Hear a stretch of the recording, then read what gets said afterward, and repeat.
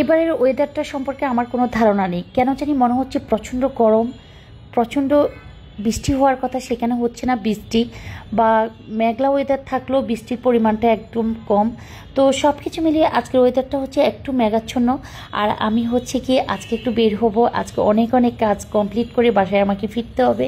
আর হচ্ছে একটা আমার অর্ডারের ফার্নিচার ছিল যেটা আমাকে আনতেই হবে। আমি অনেক দিন যাবত ওনাকে চিলাচিলি করতেছিলাম যে এত দেরিতে আপনি জিনিসটা আমাকে মুভ করতেছেন, যেটা অধৈর্য হয়ে যাচ্ছি। তো আমি গোসল করে ফ্রেশ হয়ে বাইরে, আজকে একটু মেঘ বাট বৃষ্টি হচ্ছে না, এতটুকু দেখে আমি বাসায় ভিতরে প্রায়চারি করতেছিলাম যে একটু পরে বেরোবে, একটু পরে বেরোবে।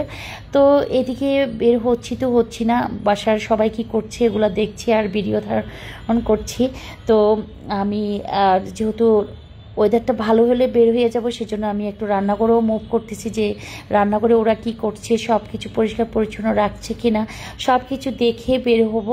তো সময়টা টাইম পাস করার জন্যই আমি বারবার ওদের সাথে ওরা কি কাজ করছে বা বাসাটা আমি একটু ঘুরে ঘুরে ভিডিও ধারণ করছি, যেহেতু ওদেরকে সব কিছু বুঝিয়ে আমি দিয়ে গেলাম যে তোমরা এই কাজ করে রাখবা বা এই জিনিস পরিষ্কার পরিচ্ছন্ন করে রাখতে হবে, আমি এসে যেন দেখি সব ক্লিয়ার আছে। তো আসলে পরিষ্কার পরিচ্ছন্নতা ইমানের অঙ্গ, আর আমরা পরিষ্কার পরিচ্ছন্ন করলে নিজেদেরই ভালো লাগে। এটা সবার ক্ষেত্রে, সবার বাসা যত পরিষ্কার পরিচ্ছন্ন গোছানো থাকবে আপনার তাতে খুব ভালো লাগবে, মন মানসিকতাও ভালো লাগবে, আপনার দেখেও শান্তি, একা থাকলেও শান্তি, অনেক পরিমাণে মেহমান থাকলেও আপনার বাসায় থাকতে ভালো লাগবে।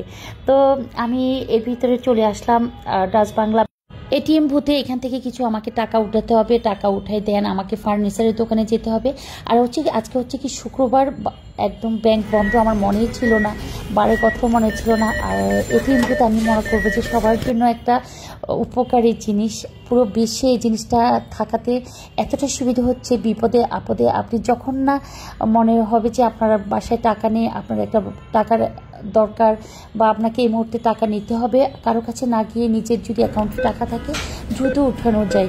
এবং অপশনটাও ভালো, ব্যাংকে গিয়ে দাঁড়িয়ে থেকে চেক দিয়ে অনেকক্ষণ পর্যন্ত টাইম নষ্ট করাচ্ছে, আপনি এখানে গেলেন তো দ্রুত টাকাটা উঠিয়ে আপনি আপনার কাজে বের হতে পারতেছেন। এদিকে হচ্ছে কি আমি চলে যাচ্ছি এখন শাহজাহানপুরে হচ্ছে কি ওখানে আমি আমার একটা র্যাকের অর্ডার দিয়েছিলাম, যে র্যাকটা আমি দেখাবো লাস্টের দিকে।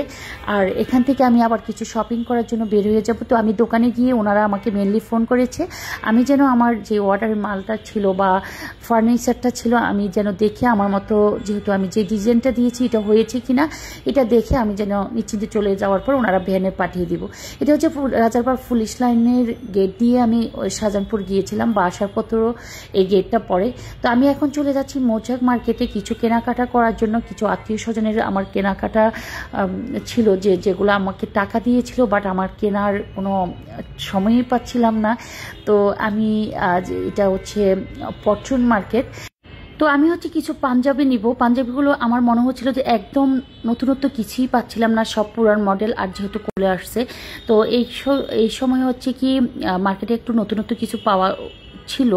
তো আমি যে দোকানে গেলাম একই জিনিস ওনারা বারবার দেখাচ্ছিল আর আমার ভালো লাগছিল না, মনে হচ্ছিল এগুলো অনেক আগের ডিজাইন।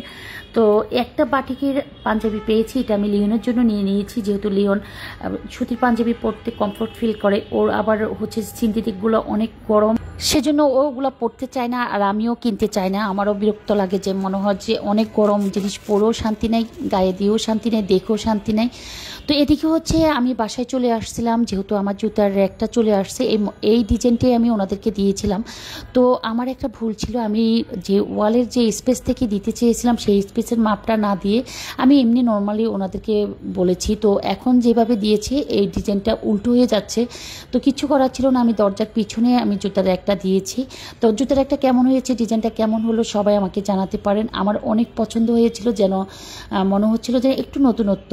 তো নর্মালি তো আমরা জুতার র্যাক কিনি বা যেভাবে কেনে ওগুলা হচ্ছে একদম প্লেন থাকে উপরের লেভেলটা, তো এটা ধাপে ধাপে হওয়াতে আমার মনে হচ্ছিল শোপিস বা কোনো কিছু আমি দিলে দেখতে ভালো লাগবে, সেই জন্য আমার জুতার একটা মানে খুব একটা আকর্ষণ বা লোভ জন্মায় যে আমি এটা বানাবোই।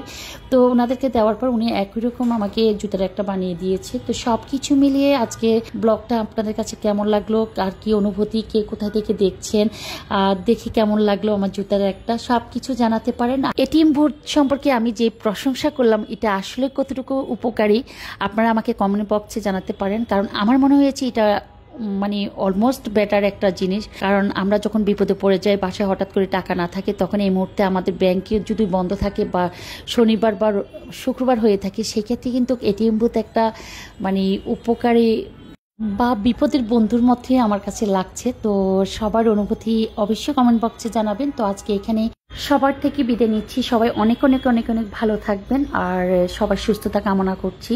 অনেক অনেক ভালোবাসা রইলো সবার জন্য, আমার জন্য অবশ্যই দোয়া করবেন। আর পরবর্তীতে দেখা হবে অন্য কোনো ব্লগে নতুন কোনো ভিডিও নিয়ে। তো সে পর্যন্ত সবাই অপেক্ষায় থাকতে পারেন। আল্লাহ হাফিজ সবাইকে।